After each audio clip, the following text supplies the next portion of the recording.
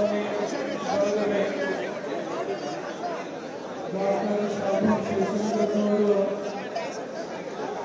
ನಾಡಿನ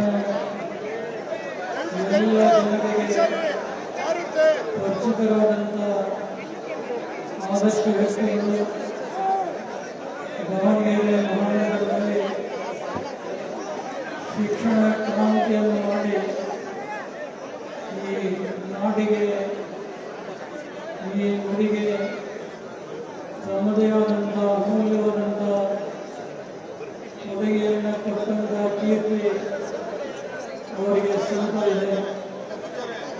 ಧಾರ್ಮಿಕವಾಗಿ, ಸಾಮಾಜಿಕವಾಗಿ, ಶೈಕ್ಷಣಿಕವಾಗಿ ಮತ್ತು ಔದ್ಯೋಗಿಕ ಕ್ಷೇತ್ರದಲ್ಲಿ ಅನುಗುಣವಾದಂಥ ಸಾಧನೆಯನ್ನು ಮಾಡಿದಂಥ ಕೀರ್ತಿನೂ ಕೂಡ ಅವರಿಗೆ ಸಿಗ್ತಾ ಇದೆ. ಅವರು ರಾಜಕಾರಣದಲ್ಲಿ ಪರಮಾರ್ಪಣೆಯನ್ನು ಶಾಸಕರಾಗಿ ಕಾಂಗ್ರೆಸ್ ಪಕ್ಷದ ನಿಷ್ಠಾವಂತ ಧೋರಣೆಯಾಗಿ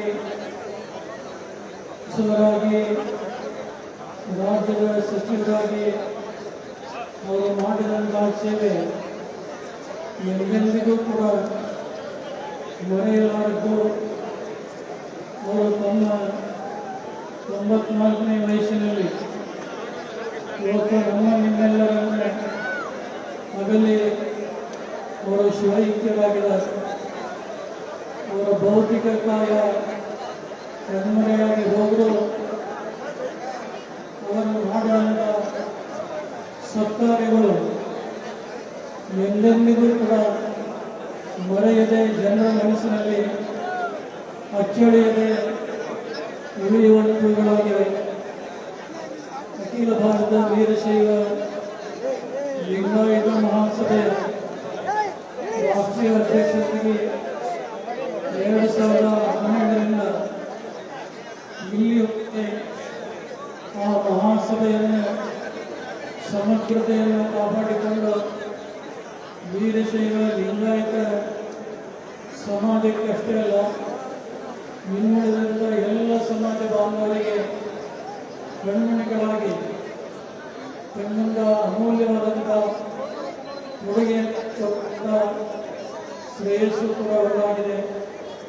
ವಯೋಧರ್ಮದ ಒಂದು ಕಾರಣದಿಂದ 94ನೇ ವಯಸ್ಸಿನಲ್ಲಿ ಇವತ್ತು ಪರಮಾತ್ಮನ ಪಾದ ಅವರು ಸೇರಿದ್ದಾರೆ.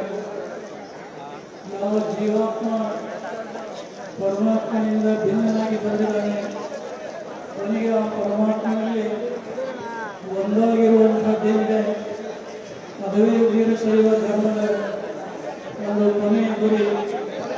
ಅವರು ಇವತ್ತು ಶಿವ ಸಾಯುಜ್ಯವನ್ನು ಹೊಂದಿದ್ದಾರೆ. ಬಹುಶಃ ಅದರಿಂದ ಅವರ ಪವಿತ್ರಾತ್ಮಕ್ಕೆ ಶಿವಶಾಂತಿಯನ್ನು ಅನುಗ್ರಹಿಸಲಿ.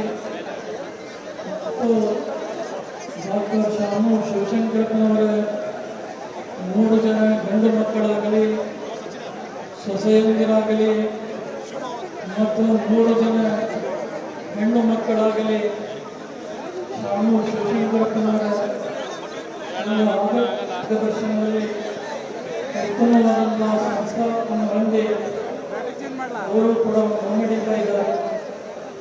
ತಂದೆಯವರ ಆದರ್ಶ ಗುಣಗಳು ಆ ವಂಶದಲ್ಲಿ ಇನ್ನಷ್ಟು ಮತ್ತಷ್ಟು ಬೆಳೆದುಕೊಂಡು ಬರಲಿ.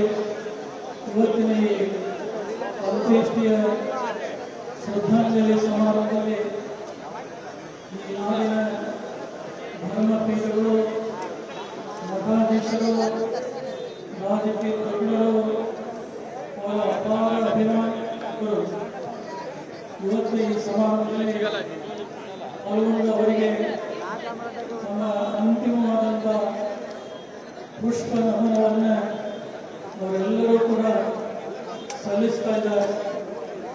ಬಹುಶಃ ಅವರು ಎಲ್ಲ ವರ್ಗದ ಜನರಿಗೆ ಅಜಾತ ಶತ್ರುವಾಗಿ ಎಲ್ಲರೂ ಕೂಡ ಅವರನ್ನು ಪ್ರೀತಿ ವಿಶ್ವಾಸದಿಂದ ಕಾಣ್ತಾ ಇದ್ದಾರೆ.